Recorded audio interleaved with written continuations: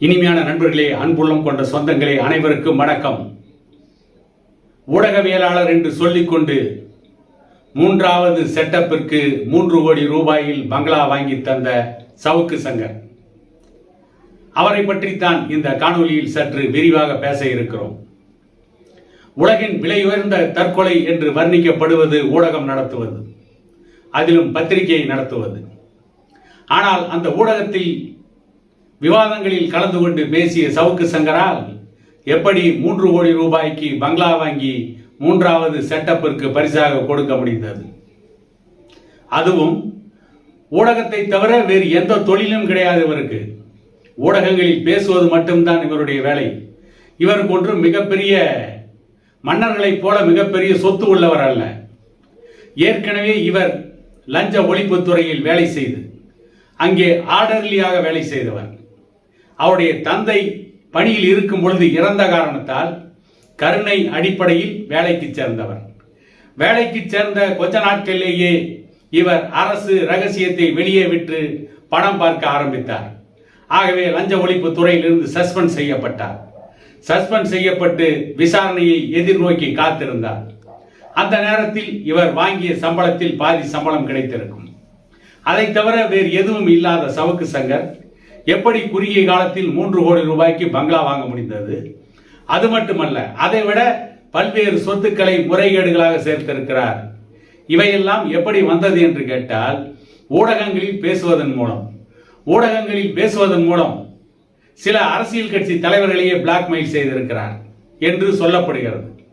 அரசியல் கட்சியில் முன்னணியாக செயல்பட்டு கொண்டிருப்பவர்கள், மக்களிடையே ஓரளவுக்கு பெயரை வைத்திருப்பவர்கள், அவர்களையெல்லாம் மிரட்டி உங்களுடைய பெயரை நான் டேமேஜ் செய்து விடுவேன், உங்கள் மீது அவதூறாக பேசி விடுவேன் என்றெல்லாம் சொல்லி மிரட்டி அவர் பணம் சம்பாதித்ததாகவும் பல செய்திகள் வந்து கொண்டிருக்கிறது. குறிப்பாக கள்ளக்குறிச்சி கனியாமூர் பள்ளியிலே ஸ்ரீமதி என்கின்ற மாணவி இறந்த பொழுது அவருடைய மரணம் மர்ம மரணம் என்று அந்த பகுதி மக்கள் சந்தேகப்பட்டு போராடிய பொழுது ஆரம்பத்தில் வன்னியர் சமூகத்தை பற்றி குற்றம் சாட்டினார். யாருக்கு ஆதரவாக? அந்த பள்ளிக்கூட நிர்வாகியை காப்பாற்றுவதற்காக. ஊடகத்திலே மிகப்பெரிய அளவிலே வருந்தி கட்டிக்கொண்டு அந்த பள்ளிக்கூடத்தினுடைய நிர்வாகிக்கு ஆதரவாக பேசிய ஒரே ஊடகவியலாளன் யார் என்று கேட்டால் இந்த சவுக்கு சங்கர், சாராய சங்கர் தான். அதற்காக அந்த பள்ளிக்கூடத்தின் முதலாளியிடம் மிகப்பெரிய ஆதாயத்தை பெற்றார், பணம் பெற்றார் என்று அன்றைக்கு அவர் மீது குற்றச்சாட்டுகள் எழுப்பப்பட்டதுண்டு. அந்த பள்ளிக்கூடத்துக்கு ஆதரவாக சவுக்கு சங்கர் பேசியதுதான் மிகப்பெரிய பின்னடைவாக அந்த ஸ்ரீமதி விவகாரத்தில் போனது என்பதும் அனைவருக்கும் தெரியும். இப்படி ஒடுக்கப்பட்ட மக்களின் பக்கம் இருந்து பேச வேண்டிய சவுக்கு சங்கர் தன்னை பலப்படுத்திக் கொள்வதற்காக, தான் பலமாக வாழ்வதற்காக, அவருடைய முதல் மனைவி அவரை விட்டு பிரிந்த பொழுது 2வது ஒரு செட்டப், 3வது ஒரு செட்டப் என்று உல்லாச வாழ்க்கை வாழ்ந்திருக்கிறார் சவுக்கு சங்கர். கிட்டத்தட்ட காதல் இளவரசன் என்று கமலஹாசனை வர்ணிப்பார்கள். அவர் எப்படி வாழ்ந்தாரோ, அவர் எப்படி பல நடிகைகளோடு தொடர்பில் வாழ்ந்தாரோ, அதை போல பல பெண்கள் தொடர்பிலே வாழ்ந்தவர் இந்த சவுக்கு சங்கர் என்ற செய்திகளும் இப்பொழுது வந்து கொண்டிருக்கிறது. இவற்றுக்கெல்லாம் இவருக்கு பணம் எங்கிருந்து வந்தது, எப்படி வந்தது, எந்த வழியில் வந்தது, யார் கொடுத்தார்கள் என்பதை பற்றியும் இப்பொழுது விசாரணை நடந்து கொண்டிருப்பதாக செய்தி வந்து கொண்டிருக்கிறது. இவர் முறைகேடாக சேர்த்த சொத்துக்களுடைய விவரங்கள் இன்றைக்கு காவல்துறையால் அலசி ஆராயப்பட்டு விசாரணைக்கு எடுத்துக்கொள்ளப்பட்டிருக்கிறது என்று சொல்லப்படுகிறது. இவற்றிலிருந்து தப்பிப்பதற்காக இவர் பல்வேறு நாடகங்களை போட்டதையும் பார்க்க முடிகிறது. சவுக்கு சங்கரை ஆரம்பத்தில் கைது செய்த பொழுது சவுக்கு சங்கருக்கு ஆதரவாக குரல் கொடுத்த எடப்பாடி பழனிசாமி கூட இப்பொழுது அடக்கி வாசிக்க ஆரம்பித்து விட்டார். காரணம், சவுக்கு சங்கர் மீது உண்மையிலேயே நிறைய குற்றச்சாட்டுகள் இருக்கிறது. ஏற்கனவே சவுக்கு சங்கர் இன்றைய முதலமைச்சர் மு.க. ஸ்டாலினுடைய மருமகன் சபரீசனுக்கு சொந்தமான ஜி ஸ்கொயர் நிறுவனத்தை பிளாக்மெயில் செய்து பணம் வாங்க முற்பட்டார் என்ற குற்றச்சாட்டு இவர் மீதும் மாரிதாஸ் மீதும் எழுப்பப்பட்டது. அது எந்த அளவுக்கு உண்மை பொய் என்பதை பற்றி அரசுதான் விசாரணை நடத்த வேண்டும்.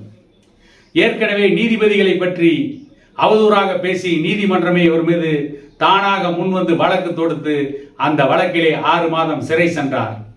6 மாதம் சிறை சென்றதன் மூலம் இவருக்கு கிடைத்த அந்த விளம்பரத்தை வைத்து அந்த விளம்பரத்தை பணமாக்க முற்பட்டு அதற்கு பிறகு பல பேர் மீது அவதூறாக பேசி அதை பணமாக முற்பட்டார். குறிப்பாக அதிமுகவிற்கு ஆதரவாக கடந்த தேர்தலில் பேசுவதற்காக விடுதலை சிறுத்தைகள், சீமான் மற்றும் பாட்டாளி மக்கள் கட்சிகளின் மீது மிக அவதூறாக பேசினார். இவர் திருமாவளவனை ஒரு காலத்தில் ஆதரித்தார், இப்பொழுது திருமாவளவனுக்கு எதிராக பேசுகிறார். சீமானை ஒரு காலத்தில் ஆதரித்தார், இப்பொழுது சீமானுக்கு எதிராக பேசுகிறார். ஆனால் எந்த காலத்திலும் பாட்டாளி மக்கள் கட்சிக்கு எதிராகவே பேசிக் கொண்டிருந்தார். பாட்டாளி மக்கள் கட்சி ஜாதி கட்சி என்று சொன்னார், பாட்டாளி மக்கள் கட்சி வன்முறை கட்சி என்று சொன்னார், பாட்டாளி மக்கள் கட்சி 10.5% இடஒதுக்கீட்டுக்காக சென்னை வள்ளுவர் கோட்டத்தின் முன்னால் ஆர்ப்பாட்டம் நடத்த சென்ற பொழுது அன்றைக்கு பஸ்ஸின் மீது ஒரு சிலர் ஆத்திரப்பட்டு எரிந்த ஒரு சில கற்களை பார்த்து பாட்டாளி மக்கள் கட்சி சார்ந்தவர்கள் ரயில் மீது கல்லெறிந்து விட்ட வன்முறையாளர்கள் என்று நிமிடத்திற்கு நிமிடம் கூவிக்கொண்டிருந்தான் இந்த சவுக்கு சங்கர். ஜெய்பீம் திரைப்பட விவகாரத்தில் சூர்யாவிடம் பணம் பெற்றுக்கொண்டு, சூர்யாவிடமிருந்து ஆதாயத்தை பெற்றுக்கொண்டு வன்னியர் சமூகத்தின் மீது அவதூறான கருத்துக்களை பரப்பிக் கொண்டே இருந்தான்.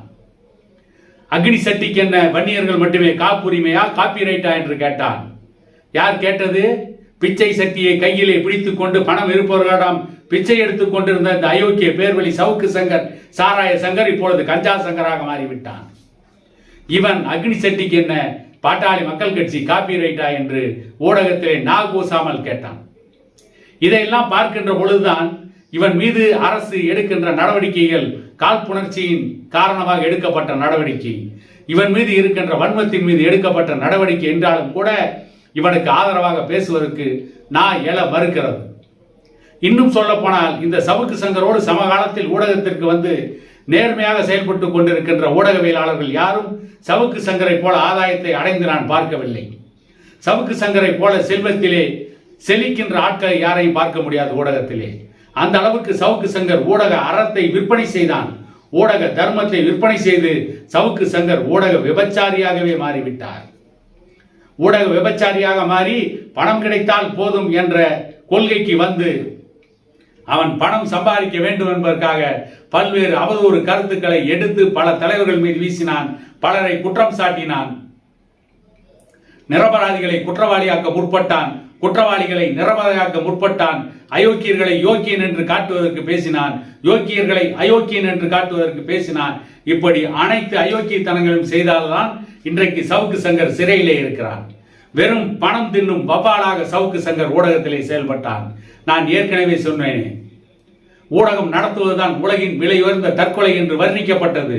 ஆனால் அந்த விலையுயர்ந்த தற்கொலை என்று வர்ணிக்கப்பட்ட ஊடகத்திலே கோடியிலே புரள முடியும் என்று நிரூபித்து காட்டியவன் இந்த சவுக்கு சங்கர்.